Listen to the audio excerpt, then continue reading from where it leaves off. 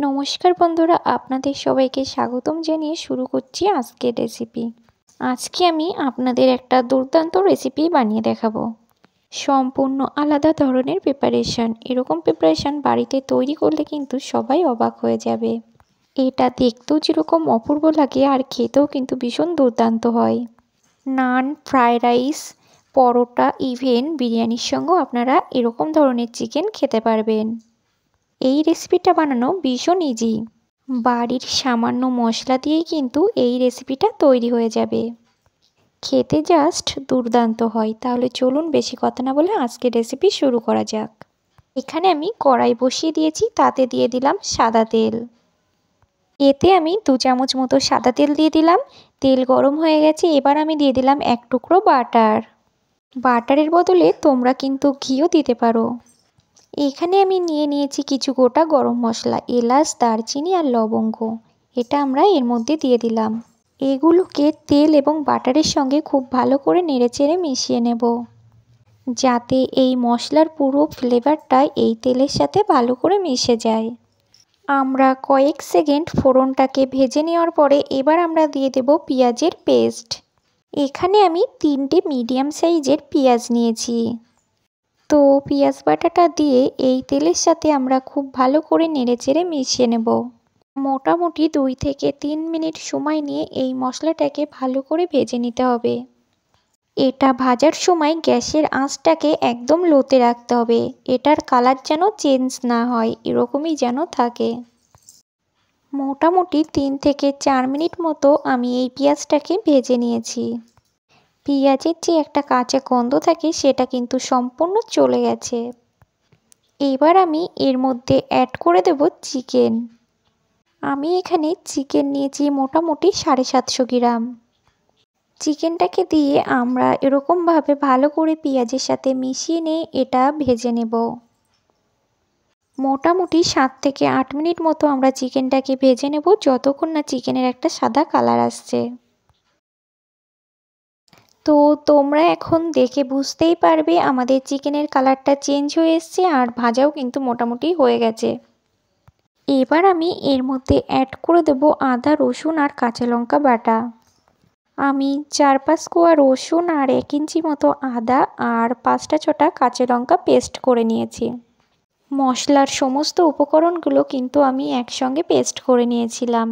আমরা চিকেনের সাথে মশলাটাকে খুব ভালো করে নেড়েচেড়ে মিশিয়ে নেব। 3 থেকে 4 মিনিট মতো সময় নিয়ে আমাদের মশলাটাকে এর সাথে কষিয়ে নিতে হবে, যাতে আদা রসুনের যে কাঁচা গন্ধটা আছে সেটা চলে যায়। এই চিকেনটা কিন্তু খুব সামান্য তেলেই রান্না হবে। এই চিকেনটা আপনারা যদি চান তেল ছাড়াও রান্না করতে পারবেন। সেটা আমি অবশ্যই পরবর্তী ভিডিওতে আপনাদের সাথে শেয়ার করব।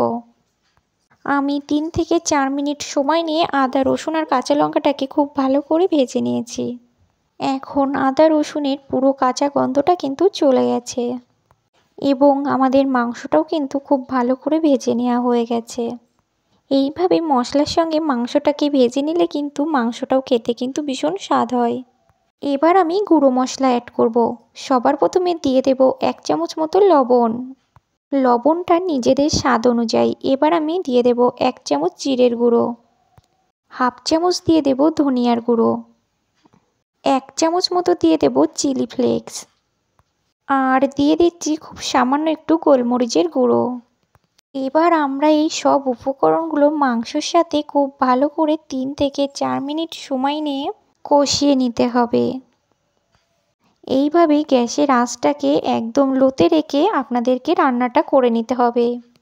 এই রেসিপিটা রান্না করার সময় একদমই তাড়াহুড়ো করলে কিন্তু চলবে না। একদম ধীরে সুস্থে এই রেসিপিটা রান্না করতে হবে।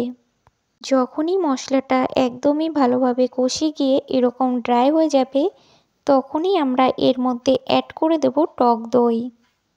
এখানে আমি 100 গ্রাম মতো টক দই নিয়েছি। খুব ভালো করে কিন্তু দইটাকে ফেটিয়ে নিতে হবে। আবারও কিন্তু দইটাকে খুব ভালো করে নাড়াচাড়া করে নিয়ে মাংসের সাথে মিশিয়ে নিতে হবে। এবার আমি এর মধ্যে দিয়ে দেব সামান্য একটু চিনি, কারণ আমি এতে যেহেতু অনেকটাই টক দই দিয়েছি, তাই মাংসটা যাতে টক না হয়ে যায় ব্যালেন্সটা ঠিক রাখার জন্য তাই আমি চিনিটা ব্যবহার করলাম। সব কিছু খুব ভালো করে মিশিয়ে নেওয়ার পরে এবার আমরা 2 থেকে 3 মিনিটের জন্য লো আঁচে রেখে এটাকে ঢাকা দিয়ে রেখে দেব। 2 থেকে 3 মিনিট পর আমি ঢাকনাটা সরিয়ে নিয়েছি। আপনারা দেখতেই পাচ্ছেন মাংস থেকে কত সুন্দরভাবে তেল ছেড়ে দিয়েছে। আপনারা কি দেখে বুঝতে পাচ্ছেন এটা খেতে কীরকম লাগতে পারে? এটা যখন আপনারা নাড়াচাড়া করবেন একদম আলতো হাতে নাড়াচাড়া করবেন। আমরা গ্যাসের আঁচটাকে একদম বাড়িয়ে দিয়ে পুরোপুরি ভালো করে কষিয়ে নেব। মাংসটাকে এমনভাবে কষাতে হবে যাতে পুরো ঝোলটা শুকিয়ে গিয়ে মাংসর থেকে তেলটা আলাদা হয়ে যায়। এইভাবে 5 থেকে 6 মিনিট ভালো করে কষিয়ে নেওয়ার পরে মাংসর যে তেলটা সেটা কিন্তু পুরোপুরিভাবে আলাদা হয়ে গেছে। আর মাংসের যে গ্রেভিটা সেটা কিন্তু পুরোপুরি শুকনো হয়ে এসছে। এবার আমি এর মধ্যে দিয়ে দেব জল। জলের পরিমাণ কিন্তু খুব অতিরিক্ত দেওয়ার প্রয়োজন নেই। এই রেসিপিটা কিন্তু একদম মাখো মাখো টাইপের হবে। আমি একটা গ্লাসের হাফ গ্লাস মতো জল দিয়ে দিলাম। ভালো করে নাড়াচাড়া করে নিয়ে এটাকে 5 থেকে 6 মিনিটের জন্য ঢাকা দিয়ে রান্না করে নেব, যতক্ষণ না মাংসটা পুরোপুরি সেদ্ধ হয়ে যাচ্ছে। এদিকে আমাদের মাংসটা সিদ্ধ হতে লাগুক। এবার আমরা একটা ফ্রাই প্যানে দিয়ে দেব সাদা তেল। তার সাথে দিয়ে দিচ্ছি খুব সামান্য পরিমাণে অল্প একটু বাটার। বাটারের ফ্লেভারটা একটু ভালো লাগবে তার জন্য আমি দিয়ে দিলাম বাটার। এবার আমি এর মধ্যে দিয়ে দেব 1 চামচ মতো গোটা জিরে। এই জিরেটাকে কিন্তু তেলের মধ্যে খুব ভালো করে আমাদের ভেজে নিতে হবে।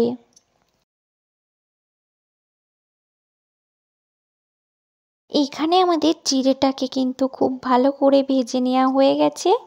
এবার আমরা এর মধ্যে দিয়ে দেব ক্যাপসিকাম, টমেটো, কাঁচা লঙ্কা চিড়ে নিয়েছি আর আদা কুচি।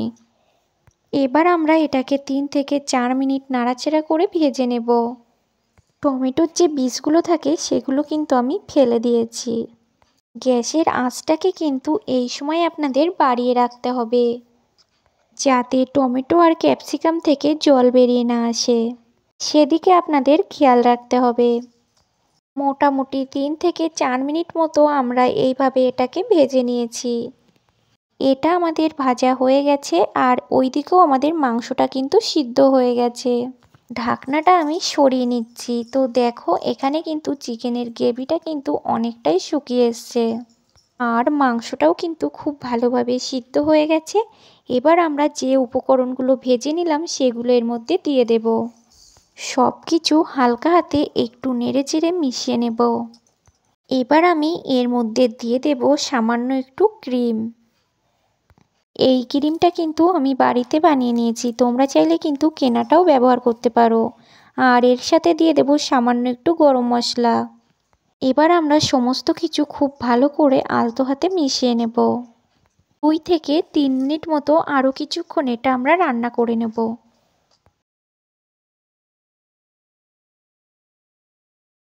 তো আমাদের 2-3 মিনিট মতো হয়ে গেছে। আমাদের এই চিকেনের প্রিপারেশন কিন্তু একদম রেডি। আর এটা দেখতে কতটা সুন্দর হয়েছে তোমরা দেখে বুঝতেই পারছো। তোমরা এটা নান, পরোটা, ফ্রাইড রাইস এবং বিরিয়ানির সঙ্গেও খেতে পারো। আর এই রেসিপিটা যারা রান্না করে বাড়ির লোকজনকে করে খাবেন তারা কিন্তু আপনার প্রশংসা করতে বাধ্য হবে। আমার এই ভিডিওটা আপনারা কে কোথা থেকে দেখছেন অবশ্যই কমেন্ট করে জানাবেন, তাহলে কিন্তু আমার কমেন্টগুলো পড়তেও বেশ ভালো লাগবে।